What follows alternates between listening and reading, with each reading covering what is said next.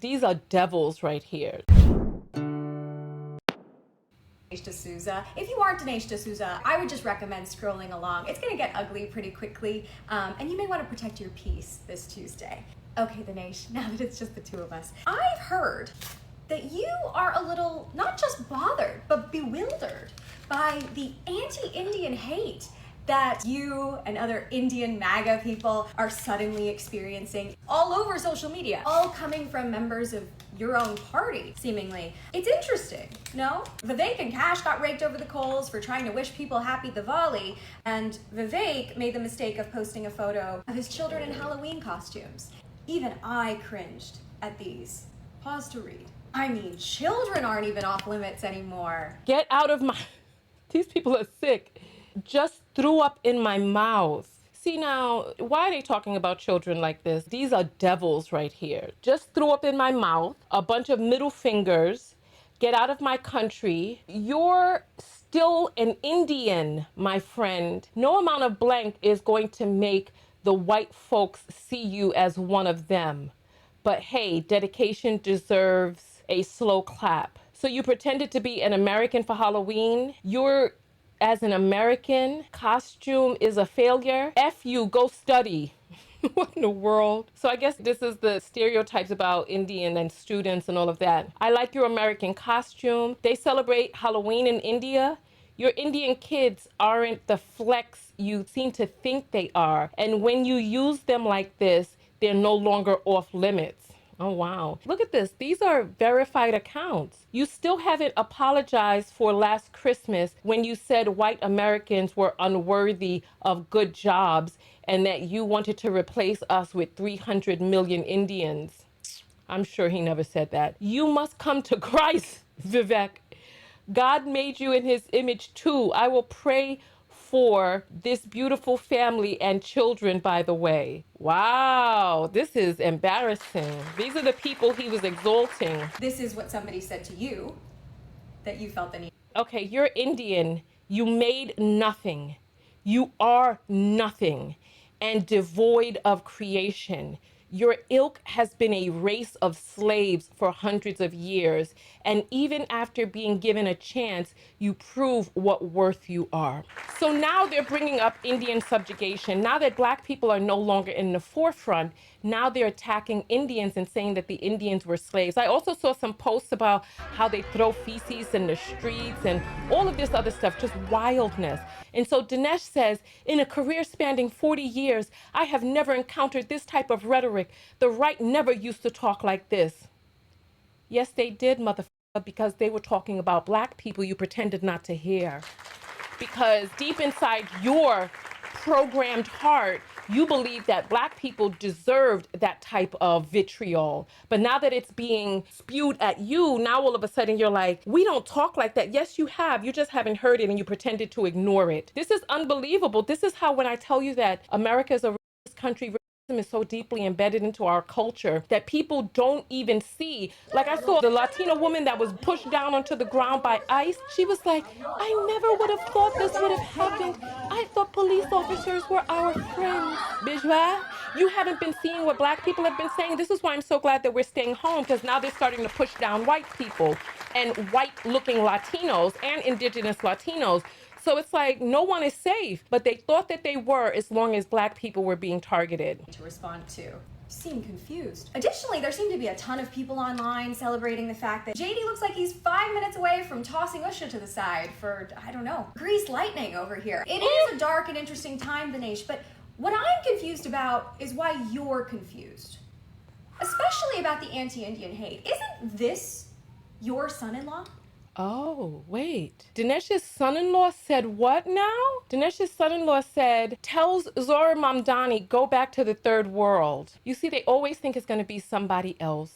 Coming after Zoran for eating with his hands? A practice that over 1 billion of us engage in on a regular basis. Is this also not your daughter? Wait, Indian people eat with their hands too? I didn't know that. Have I seen Indian people eat? Maybe I just never noticed it before, because I used to watch those YouTube videos of the people making the big meals for the kids. I don't remember if I've seen them eating with their hands, but Let's see what this one says here. This is a good video. Thank you for all of this. Oh, this is Danielle D'Souza. I did not grow up eating rice with my hands and have always used a fork. I was born in America. I'm a Christian MAGA patriot. My father's extended family lives in India and they are also Christian and they use forks too.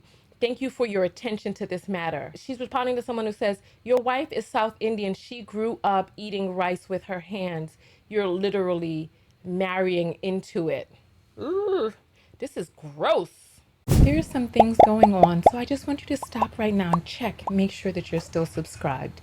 And if you were never subscribed, this is your wake-up call or your call to action. Make sure that you're subscribed. That she's better than the rest of us because she's Christian and therefore eats with a fork. I didn't realize that was an Indian Christian practice. News to me, but again, I'd love to see that chick eat a sandwich. So I'm sorry, weren't you also at one point Ann Coulter, the scarecrow that said this? I still would not have voted for you because you're an Indian. To your boy Vivek's face?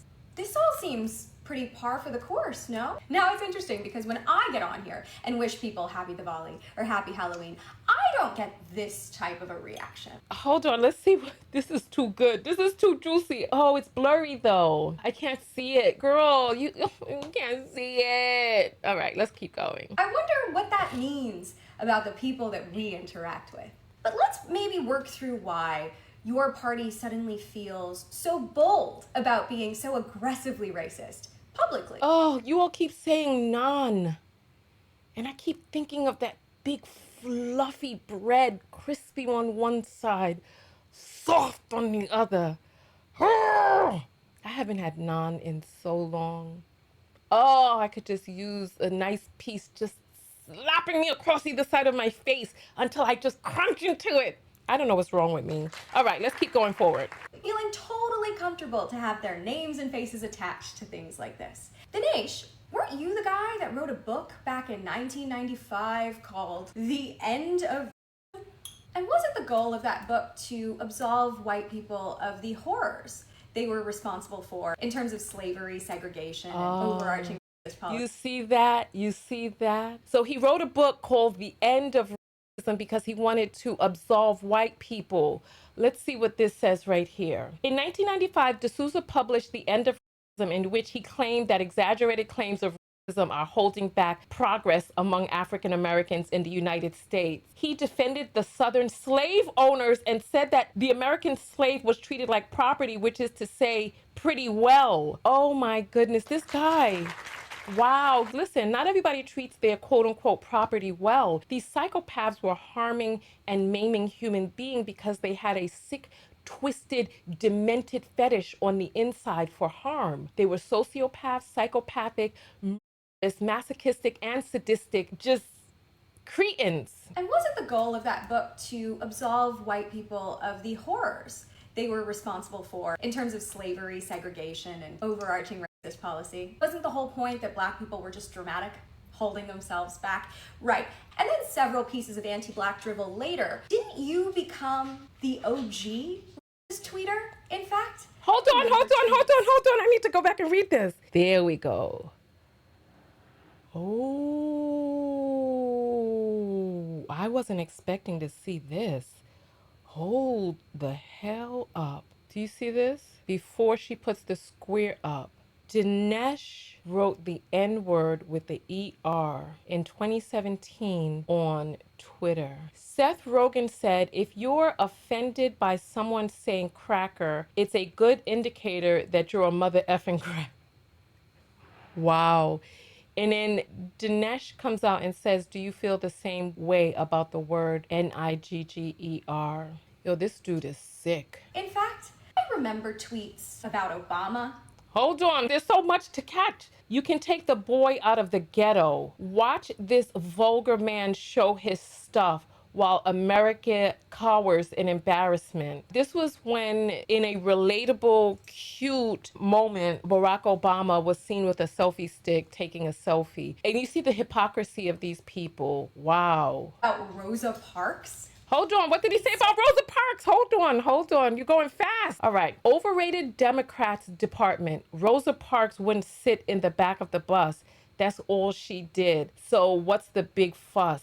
Wow. For those of you who may be watching my channel and don't know who Rosa Parks was a woman who during the time of segregation had the courage to put her life on the line by not sitting in the segregated section of the bus. The way that she was treated, because she was a girl who came out, a younger woman who was browner complected and younger, and she wasn't the perfect, not martyr, but she wasn't the perfect spearheader, so to speak, like socially. So they used Rosa Parks' story because Rosa Parks was older, she was a seamstress, she was lighter complected, and she was somebody that she felt that the nation could be more sympathetic towards. Because you know how they have all of these different things that they're saying against browner skin, younger Black women who are not living a perfect life, and they use their background as a way to discredit the movement. Rosa Parks was a lighter skinned woman, a little bit older. She was a seamstress. And so she was the one that became the face of the movement for boycotting the buses in Montgomery, which ended bus segregation.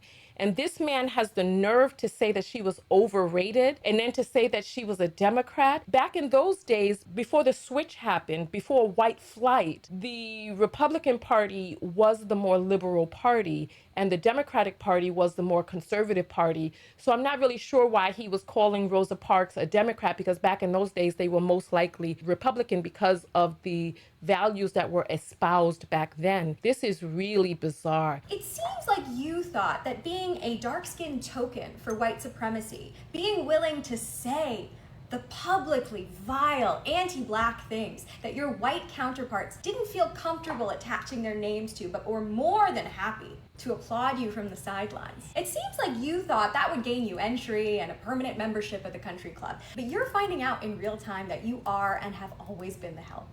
Ooh. I will say, Dinesh, I've been wanting to have this conversation with you since I was 13. So I guess now is as good a time as any. The bile and anti-Black vitriol that white Republicans were more than happy to pay you to spew is coming back to bite you in the ass. You created this environment. I would say people like you, but it really is you specifically. There was an air of civility before you. Not anymore. Welcome to a world you ushered in. And now the youngest generation of white supremacists is treating you guys like an infection. These are their antibodies attacking you. They are trying to purge any person of color from this party, literally disinfecting with bleach. Bro, you are nothing more than a brown man with a smile as crooked as his morals. And thanks to the monsters that you've created, no amount of Fair and Lovely will save you now. So good luck with social media, man. It feels like it's gonna be a wild ride from here on out. Wow. Tipsy recipe. She went in on him and he deserved every single moment of it.